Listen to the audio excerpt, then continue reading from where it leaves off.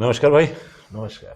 तो आज हमारे साथ हैं डॉक्टर जितेंद्र मीना और आदिवासी कार्यकर्ता हैं, एक्टिविस्ट हैं, राजनीतिक व्यक्ति हैं और पढ़ाते हैं डीयू में, हिस्टोरियन हैं, इतिहासकार भी हैं, लिखते लिखाते हैं। एक किताब इनकी बहुत अच्छी अभी आई है, राष्ट्र निर्माण में आदिवासी।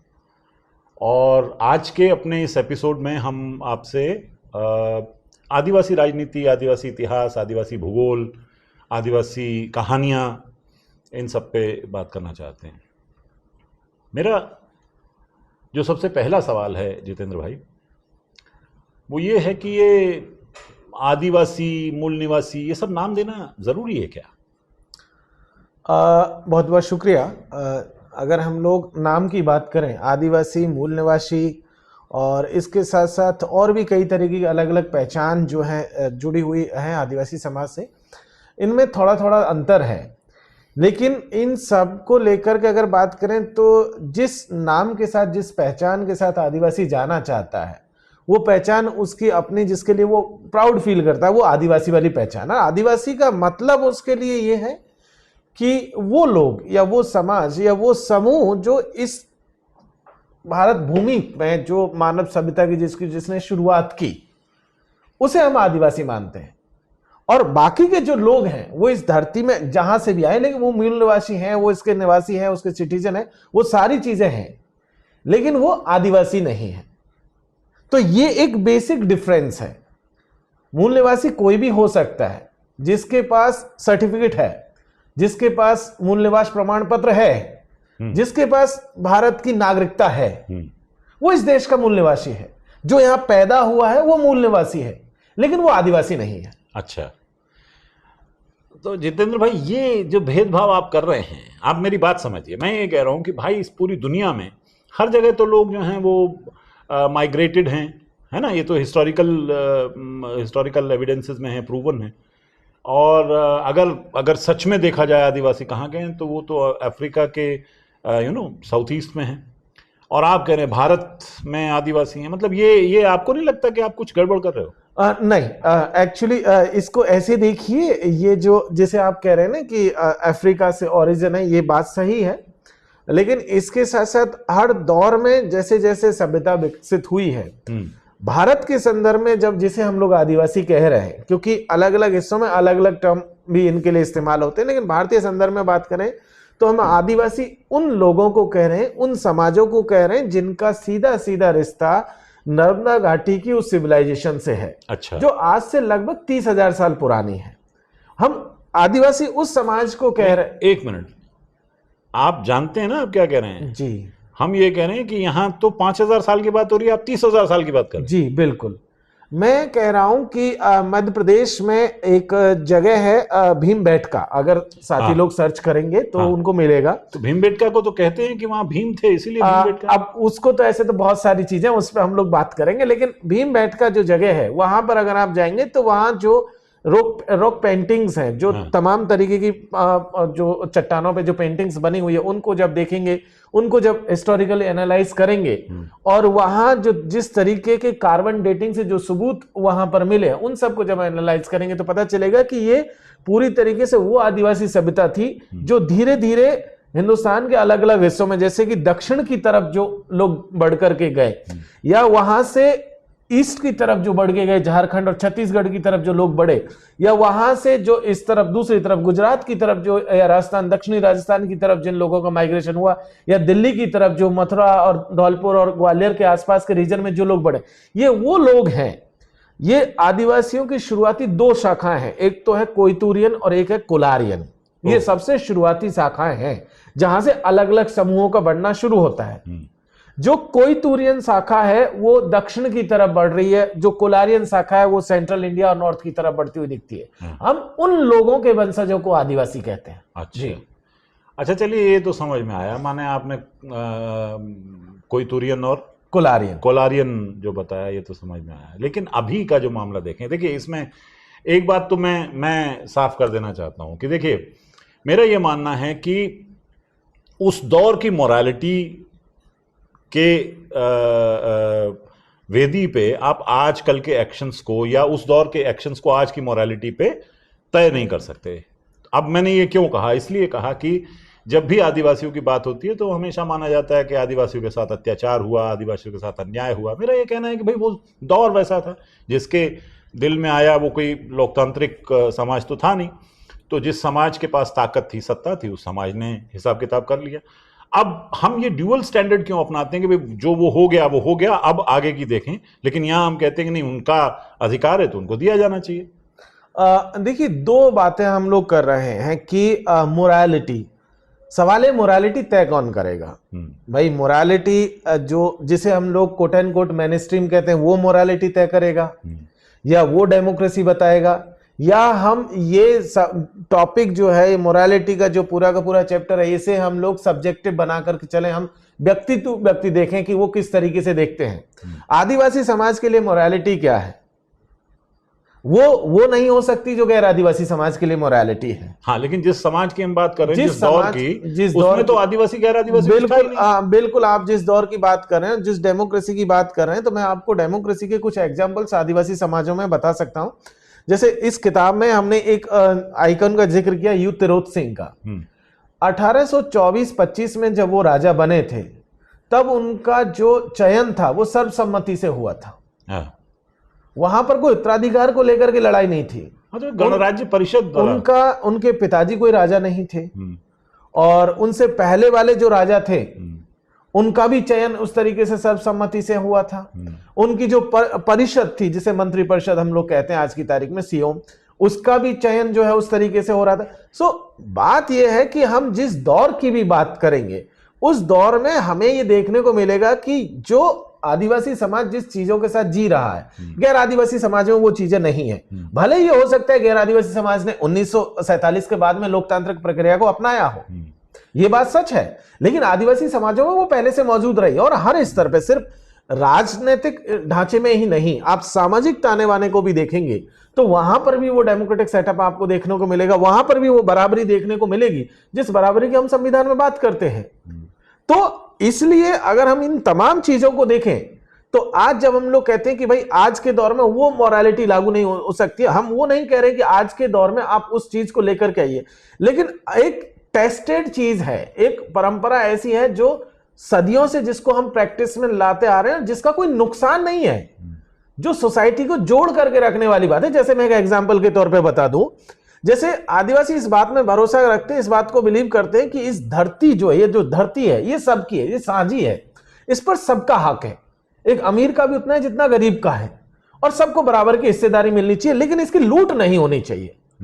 लेकिन उसी के दूसरी तरफ देखें तो जो गैर आदिवासी समाज है वो कहता है कि नहीं, ये जमीन मेरी, ये पहाड़ मेरा, इसमें जितने भी संसाधन है वो मेरे, इसका प्रॉफिट भी मेरा। तो यहां एक डिफरेंसेस आपको देखने को मिलेगा, क्लैश, ये क्लैश आपको देखने को मिलेगा। उस क्लैश को अलग अलग तरीके से लोग जो है प्रोजेक्ट करते हैं, अलग अलग तरीके से कहते हैं कि भाई आदिवासी तो विकास विरोधी है, आदिवासी तो इसका विरोधी है। नहीं, लेकिन आप हैं तो सही विकास विरोधी, आप कह सकते हैं। लेकिन देखिए, मेरा कहना है, देखिए, अच्छा, इससे पहले कि मैं ये बात आगे बढ़ाऊं, मैं एक बात कहना भूल गया था।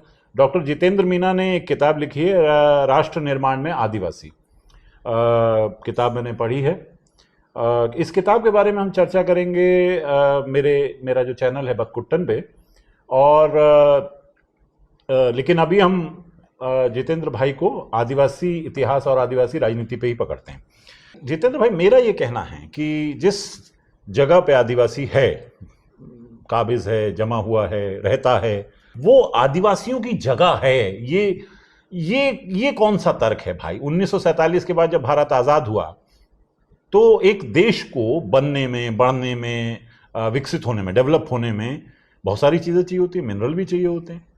और अगर मान लीजिए किसी एक जगह पे, चाहे वो जगह संथाल परगना हो, दामेनेको हो, छत्तीसगढ़ का इलाका हो, है ना, कोई भी जगह हो, साउथ में हो, नॉर्थ में हो, ईस्ट में हो, उस इलाके के जो संसाधन है उस पर तो देश के लोगों का हक हो गया ना। तो मतलब ये पूरा आपने क्या लॉजिक चलाया हुआ कि भाई वो जगह आदिवासियों की है, हर जगह क्लैश हो रहा है और इसीलिए हो रहा है। देखिए, एक चीज नहीं, और फिर आप ये भी कहते हैं कि हम विकास विरोधी नहीं है। जी। देखिए, एक चीज सबसे पहले तो ये लास्ट वाले सवाल से शुरू करते हैं कि हम विकास कहते किसे। ये बहुत ऐसा सब्जेक्ट है कि हम किसे सुंदर माने, किसे सुंदर नहीं माने, ये बहुत सब्जेक्टिव मामला है। तो विकास के लिए चौड़ी सड़कें, कोई ये मान सकता है कि चौड़ी चौड़ी सड़कें हो, बड़ी बड़ी बिल्डिंगें हो, बड़े बड़े कारखाने लगे, वही हमारे लिए विकास का पैमाना है। और बड़े नंबर्स में जो है जीडीपी का जो ग्राफ है वो ऊपर जाता हुआ देखिए, उसे अगर हम विकास मान रहे हैं तो ये तो कॉन्सेप्ट ही जो है वेस्टर्न कॉन्सेप्ट है। ये इसका तो पूरा का पूरा ढांचा ही। बड़ी सड़कें हो सकता है, सिर्फ बड़ी सड़कें विकास ना हो, लेकिन विकास का एक आयाम तो है। एक देखो, विकास का आयाम ये बहुत सब्जेक्टिव है। मतलब इसको आप देख लीजिए, किसको आप विकास मानते हैं। क्या आप इस बात को मानते हैं कि टेक्नोलॉजी का विकास है? क्या सिर्फ वही है मामला? अब दूसरा, आदिवासी परिप्रेक्ष्य में अगर आप जिसको विकास मानते हैं, उसका सीधा सीधा मतलब ये है कि किसी समाज की, किसी परिवार की, किसी व्यक्ति की जो मिनिमम जो जरूरतें हैं, क्या वो पूरी हो रही हैं? और अगर वो पूरी हो रही हैं और उतने से अगर वो समाज आगे बढ़ता जा रहा है, तो मुझे लगता है कि आदिवासी समाज के लिए यही विकास है।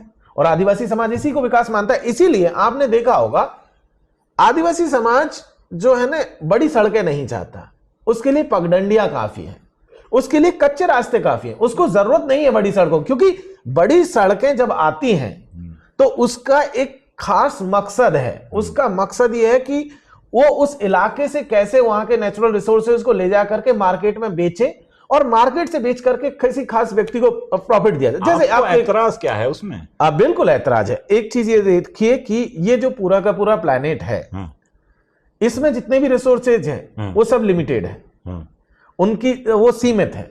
और जाहिर सी बात है, अगर एक सेकंड, नहीं ऐसा नहीं है कि आदिवासी बैठे हुए हैं। जो गैर आदिवासियों वाले जो हिस्से थे वो सब तो लूट के खा चुके हैं गैर आदिवासी, वो सारा हिस्से का रिसोर्स। अब सोच लीजिए, दिल्ली का जितना हिस्सा था, दिल्ली का जंगल कहां गया? दिल्ली के जंगल को कौन खा गया? मुंबई के जंगल को कौन खा गया? चेन्नई या बेंगलुरु में जो जंगल था उसको कौन खा गया? अरे तो भाई देश के विकास में लगा ना। नहीं, देश के विकास में नहीं लगा, वो देश के विकास में नहीं लगा। अगर आप इसको मानते हैं कि देश के विकास में लग गया, तो सर्दियों के मौसम में दिल्ली में जो पॉल्यूशन होता है, दिल्ली में जो धुआं होता है, उसको लेकर के आपको फिर चिंतित होने की जरूरत नहीं है। फिर आप ये क्यों सोचते हैं कि दिल्ली छोड़ करके सर्दियों के मौसम में, धुआं के मौसम में आप किसी पहाड़ पर चले जाएं? आप क्यों पहाड़ पे जाना चाहते हैं? आप अगर इसको विकास मानते हैं तो रहिए, दिल्ली का धुआं खाइए, और जो 10 साल जीवन कम करना वो कीजिए। नहीं, लेकिन क्या आप नहीं चाहते हैं कि दिल्ली की जो सुख सुविधाएं हैं, माने fast internet, fast public transport, सड़कें, मेट्रो, ये मान लीजिए छत्तीसगढ़ के किसी आदिवासी इलाके में अच्छी यूनिवर्सिटीज हैं, ये किसी छत्तीसगढ़ के आदिवासी इलाके में हो या झारखंड में हो या नॉर्थ ईस्ट में हो, आप नहीं चाहते हैं सर? अब मैं एक छोटी सी स्टोरी बता। एक फिल्म आई थी जंगल बुक करके, उसमें एक कैरेक्टर था जो जंगल में रहता था, जिसका नाम था मोगली। हाँ बिल्कुल। मोगली जो है भालुओं से बात करता था, उसके साथ साथ वो कई जानवरों के साथ दौड़ लगाता था, ठीक है। बघेरा उसका दोस्त था, शेर से उसको, एक शेर था जिससे उसको डर था, चीता, वो चीता जिससे वो डरता था। तो सवाल ये है कि आखिर ये मोगली जिसे अंग्रेज बताना चाह रहे हैं, ये मोगली है कौन? अंग्रेजों का मतलब ये था कि ये मोगली जो है यहाँ के हिंदुस्तानी है। अच्छा। और ये सभ्यता के दौर में इस स्थिति में है कि एकदम जंगल में है, मतलब एकदम जानवरों की जैसी हालत में है।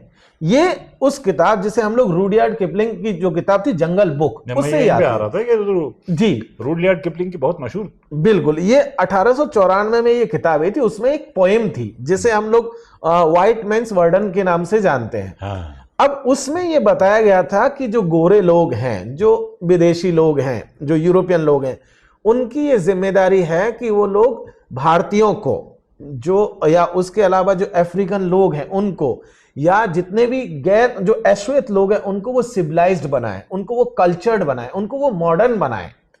और इसलिए ये जिम्मेदारी उन्होंने जो है गोरे लोगों को जिम्मेदारी दी, और इसीलिए वो भारतीयों को उस मोगली की कंडीशन में देखते।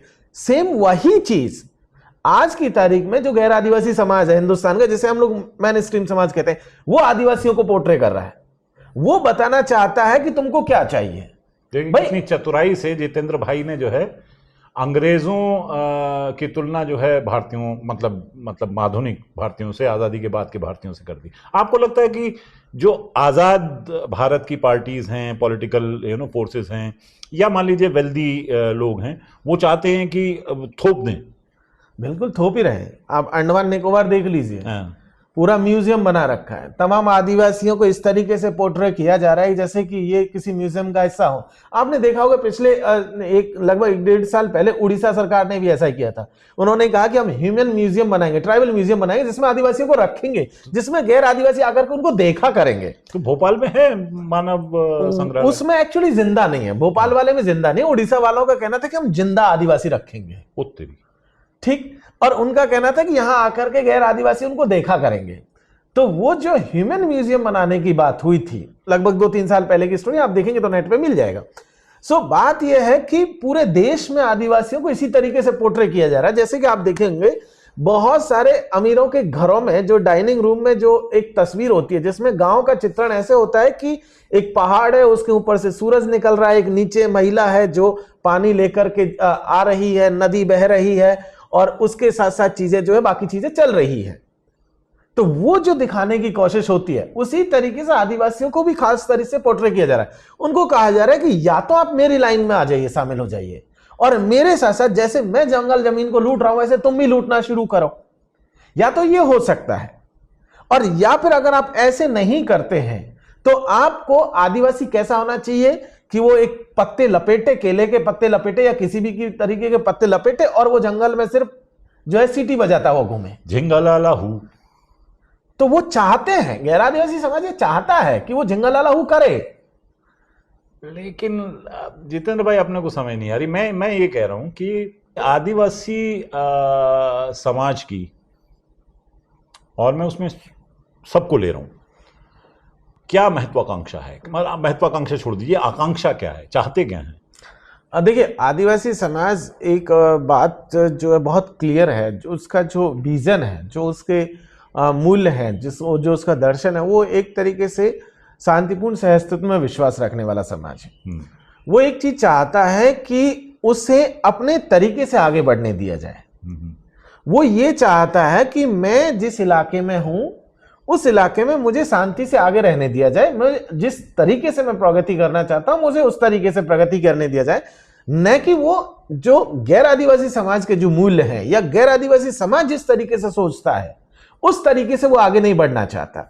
गैर आदिवासी समाज सोचता है कि वो उसमें जो व्यक्ति वाला जो कॉन्सेप्ट है, मैं वाला जो अहम वाला जो कॉन्सेप्ट है, वो उसको अपना ले, वो व्यक्ति सेंट्रिक होकर के चीजों को देखना शुरू करे, जबकि आदिवासी उसको सामुदायिक रूप में देखना शुरू करता है, सामूहिक रूप में। जैसे मैं आपको एक एग्जांपल देता हूं, एक आंदोलन में मैं गया था, आदिवासियों के एक आंदोलन था जहां हमने देखा था कि अगर कोई मेहमान आया है तो वो सबका मेहमान है, किसी एक व्यक्ति का नहीं। मैंने देखा कि वहां पर तमाम लोग, शाम को खाना बना और सारे लोग, अब जिन्होंने खाना बनाया, जितनी फैमिलीज वहां आंदोलन में शामिल, सबने खाना बनाया, सब लोग एक जगह लेकर के आ जाते हैं, और जो गेस्ट आया उसकी पत्तल में अपने हिस्से में से एक एक बाइट वो उसमें रखते जाते हैं अपने हिस्से में से।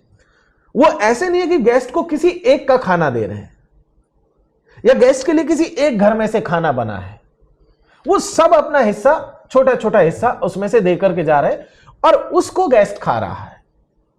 ठीक, तो ये कहानियां तो अच्छी हैं, मन सुन के अच्छा भी लगता है। मैं आपको एक कहानी बताता हूं। मेरा ख्याल है काफी समय पहले की बात है, जब अपने महान राष्ट्रप्रेमी टाटा जिंदा थे, नरसिंहपुरा में शायद, अब मुझे नाम पता भी नहीं, याद भी नहीं है, वहाँ आदिवासियों के साथ टाटा के संघर्ष में टाटा ने लैंड माइन्स इस्तेमाल की थी। आपको याद होगा शायद वो घटना थी। अब लैंड माइन्स जो है ना, वो तो द्वितीय विश्व युद्ध के बाद पूरी दुनिया में बैन है, यूएन ने बैन कर रखा है, और आप कहीं इस्तेमाल ही नहीं कर सकते। मान लीजिए घरेलू मामले तो छोड़ दीजिए, आप अगर किसी के साथ, किसी देश के साथ युद्धरत हैं तो भी आप लैंड माइन से इस्तेमाल नहीं कर सकते, और इसको निकृष्टतम ह्यूमन मतलब मानवता के खिलाफ अपराध माना गया है। लेकिन वहाँ तो हुआ। और अभी जो हैं, आप मेरी बात को समझने की कोशिश कीजिए, अभी जो हैं टाटा जो हैं वो देश के मतलब महान व्यक्तियों में गिने जाते हैं, और वो आदिवासी जो मरे उनका कोई नाम भी नहीं जानता है। तो मेरा ये कहना है कि किसी उद्योगपति को, जो देश को इतना प्यार करता हो, जो देश को ऊंचाई पे ले जाना चाहता हो, जिसमें जो टाटा जो नमक भी बनाता हो, सुई भी बनाता हो, जूता भी बनाता हो, हवाई जहाज भी बनाता हो, ट्रक भी बनाता हो, और उसका बस चले तो वो संसद भवन भी बनाए, चाहता तो होगा ही, और दूसरी तरफ आदिवासी, तो आप किसका पक्ष लेंगे? मतलब आप तो जाहिर है आदिवासियों को पक्ष लेंगे, लेकिन मेरा ये कहना है कि भाई इस देश को बनाने में तो टाटा का हाथ है। देखिए, ऐसा है कि टाटा ने लैंडमाइंस इस्तेमाल की, ये सिर्फ इतने तक की बात नहीं है। उसके अलावा जो भारत सरकार ने भी बहुत सारे हथियार इस्तेमाल किए। आपने देखा होगा कि लगभग 3 साल पहले नागालैंड का वो वाकया है शायद, और वहां हुआ ये था कि कुछ आदिवासी मजदूर एक ट्रक में बैठ करके आ रहे थे और उनके ऊपर सिक्योरिटी फोर्सेस ने फायरिंग कर दी थी और वो सारे लोग मारे गए। बाद में जब उस पर सवाल जवाब हुए तो गृह मंत्री साहब ने कहा कि ये मिस्टेकन आइडेंटिटी का मसला है। मिस्टेकन आइडेंटिटी का मतलब कि हम पहचान नहीं पाए कि वो कौन लोग थे। जो ट्रक में जो लोग आ रहे थे उनको वो पहचान नहीं पाए, और ये कह करके सरकार ने उनसे पल्ला झाड़ लिया।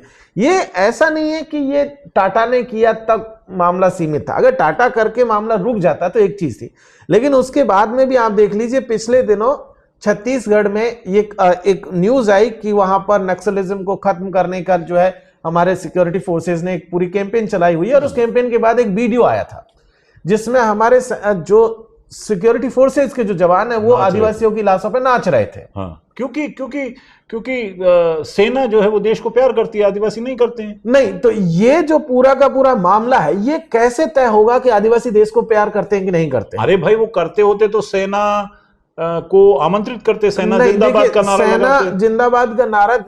मैं आपको बता दूं कि दिल्ली में जितनी सेना नहीं है, दिल्ली में जितनी सिक्योरिटी फोर्सेज नहीं है, और ये नेशनल कैपिटल होने के बावजूद, उससे ज्यादा बस्तर रीजन में है। अरे भाई, क्योंकि वो अशांत क्षेत्र है। अशांत क्षेत्र एक्चुअली बनाया गया क्योंकि आपको जमीनें चाहिए, आपको संसाधन चाहिए, आपको पहाड़ चाहिए, आपको नदी से जो है पानी चाहिए। वो तो देश के लिए चाहिए, मैं कोई घर थोड़ी ले जा रहा हूं। वही मामला है कि आपको देश में कौन है। जैसे कि अडानी को हसदेव का जंगल दे दिया गया। अडानी देश नहीं है। अडानी ने हसदेव के जंगलों को काट करके, वहां से माइनिंग करके, वहां से कोयला निकाल करके, बिजली निकाल करके बांग्लादेश को बेच दी। अरे फिर वहीं पे तो आ गए। हम ये कह रहे हैं कि आप ये चाहते हैं कि ना खदान बने, ना पहाड़ कटे, ना पेड़ कटे, ना नदी का इस्तेमाल हो। आप ये क्यों चाहते हैं कि वो जो इलाका है वो सिर्फ आदिवासियों के, और आदिवासी भी क्या इस्तेमाल कर रहे हैं? अरे भाई, गांव की झोपड़ी में रह रहे हैं। अडानी अगर वहां गया, उसने जंगल साफ किया तो कॉलोनी भी तो बनाई होगी, रोजगार भी तो दिया होगा। एक चीज बताइए, किसी जमीन को साफ करके, किसी जमीन का मालिकाना हक लेकर के आप उसे उसकी जमीन पर जो है मजदूर बना दीजिए, ये कहां की जायज बात है? पहली चीज। दूसरी चीज, आप जिसे आप रोजगार कहते हैं, मैं आपको बताऊं, पिछले साल एक उड़ीसा का एक केस आया था जहां जिन आदिवासियों की जमीनों को छीन करके वहां पर फैक्ट्री लगाई गई। उस समय फैक्ट्री की तरफ से कॉन्ट्रैक्ट किया गया कि यहां पर वहां के लोगों को रोजगार दिया जाएगा, लेकिन शुरुआती दिनों में सिक्योरिटी गार्ड की, मीन चौकीदार की नौकरी देने के अलावा, और वो भी कुछ महीनों तक रही, उसके बाद उनको भी हटा दिया गया, और उसके बाद वहां पूरा कब्जा जो है बाहरी लोगों का हो गया। बात जो है वो बात बहुत क्लियर है। क्लियर ये है कि भाई ये जो संसाधन है, आज आप इसका इस्तेमाल कर लेंगे, लेकिन आप अपने आने वाली पीढ़ी को क्या देना चाहते हैं? दिल्ली का धुआं? नहीं तो वो सब आदिवासी क्यों ठेके पे ले रहा है? भाई, आदिवासी परंपरा में है वो चीज। अगर गैर आदिवासी समाज इसको छोड़ चुका है तो ये गैर आदिवासी समाज की दिक्कत है, आदिवासी समाज की दिक्कत नहीं है, ये गैर आदिवासियों की दिक्कत है। और वो अगर ये सोचता, वो इसलिए ये सोच पा रहा है क्योंकि उसे पता है कि जितना उसको प्रॉफिट चाहिए, जितना अच्छी लाइफस्टाइल वो जीना चाहता है, वो जी करके वो हो सकता है आने वाले दिनों में वहां से भाग करके कहीं दूसरी दिशा में चला जाए। उसमें से कुछ लोग हैं कि विदेश निकल जाएंगे, और जा ही रहे हैं। लगातार आप देख रहे हैं कि जो अमीर हैं यहां से पैसा कमा रहे हैं, बाहर निकल जा रहे हैं और आराम की जिंदगी बसर कर रहे हैं। उसी तरीके से गैर आदिवासी समाज का भी जो एलीट क्लास है, वो आराम से अपने शुरुआती दिनों में शहर में रहता है, और बुढ़ापे में जो है जब मरने के दिन आते हैं तब वो किसी शांत जगह पे, किसी पहाड़ में और गांव में जाकर के अपना घर और बंगला बना करके कहता है कि जी मैं अपना जो है यहां पर अपने अंतिम दिन गुजारना चाहता हूं। वो अंतिम दिन जो गुजारना चाहता है वो शुरू से क्यों नहीं गुजारता है वो चीज? आप बहुत उत्तेजित हो गए, मैं किसी दूसरी जगह जाता हूं। आदिवासी नाचते बहुत अच्छा है दोस्त, गाना भी बहुत अच्छा गाते हैं, है ना? तो उसको कैसे देखते हैं आप? देखिए, नाचना गाना बहुत अच्छी चीज है। नाचना चाहिए, गाना चाहिए, हर किसी को अपनी परंपराएं जिंदा रखनी चाहिए। भाई आदिवासी समाज का गैर आदिवासी समाज भी ये प्रैक्टिस करता था, लेकिन अब उसने अपने आप को थोड़ा सा डिस्टेंस मेंटेन कर लिया। इसके लिए कुछ को उन्होंने कह दिया कि आप प्रोफेशनल डांसर हैं, और खुद को उसमें जो है दूर कर लिया, या खुद जो है आप उसको जो है उसका वो बन गया, दर्शक बन गया है। मैं कुछ और कहना चाह रहा था। मैं ये कहना चाह रहा था कि मान लीजिए कोई नेता या अधिकारी या आईएएस या मान लीजिए कोई विदेशी मेहमान जब दिल्ली आता है, तो दिल्ली के लोगों को 5 लोगों को पकड़ के नहीं कहा जाता कि तुम नाचो। लेकिन जब बिल्कुल, ये देखिए, ये ऐसा नहीं है सिर्फ दिल्ली में ही, ये पूरे देश भर में देख लीजिए, तो आदिवासियों को नाचने गाने में इसीलिए इस्तेमाल किया जाता है। हाँ, तो वो नाच को उस तरह नहीं उसे म्यूजियम का हिस्सा एक तरीके से बना है, क्योंकि उसके पास कुछ यूनिक है। क्योंकि जो शहर में जो लोग रह रहे हैं उनको तो लगभग देख चुके हैं लोग, अब जो बच गया है वो आदिवासी हिस्सा है। तो आदिवासी हिस्से का नाच हो, पहनावा हो, बाकी चीजें हो। बहुत सारे लोग हैं जो दिल्ली से जाते हैं और जंगल में जाकर के तीर कमान चलाना सीखने की कोशिश करते हैं, ट्राइबल सफारी के नाम पर। इसी तरीके से आप देखिए तो वो कुछ और उनके साथ, आप खास करके जो बड़े बड़े नेता लोग हैं आदिवासियों के पास जब जाते हैं, जब डांस चल रहा होता है तो उनके साथ वो भी जो है हाथ पैर हिलाने की कोशिश करते हैं। वो दरअसल ये दिखाने की कोशिश कर रहे होते हैं, देखो मैं भी तुम्हारे जैसा हूं। लेकिन वो सिर्फ एक दिन के लिए होता है, और वो कुछ एक क्षण के लिए उनके जैसे दिखने की कोशिश करता है, ताकि वो उनका इस्तेमाल अपने फायदे के लिए कर सके। जबकि उसका एजेंडा बहुत क्लियर है, क्योंकि उसको आदिवासी का ना तो डांस पसंद है ना आदिवासी पसंद है, उसकी नजर उसकी जमीन पर या किसी और चीज पर लगाई हुई है।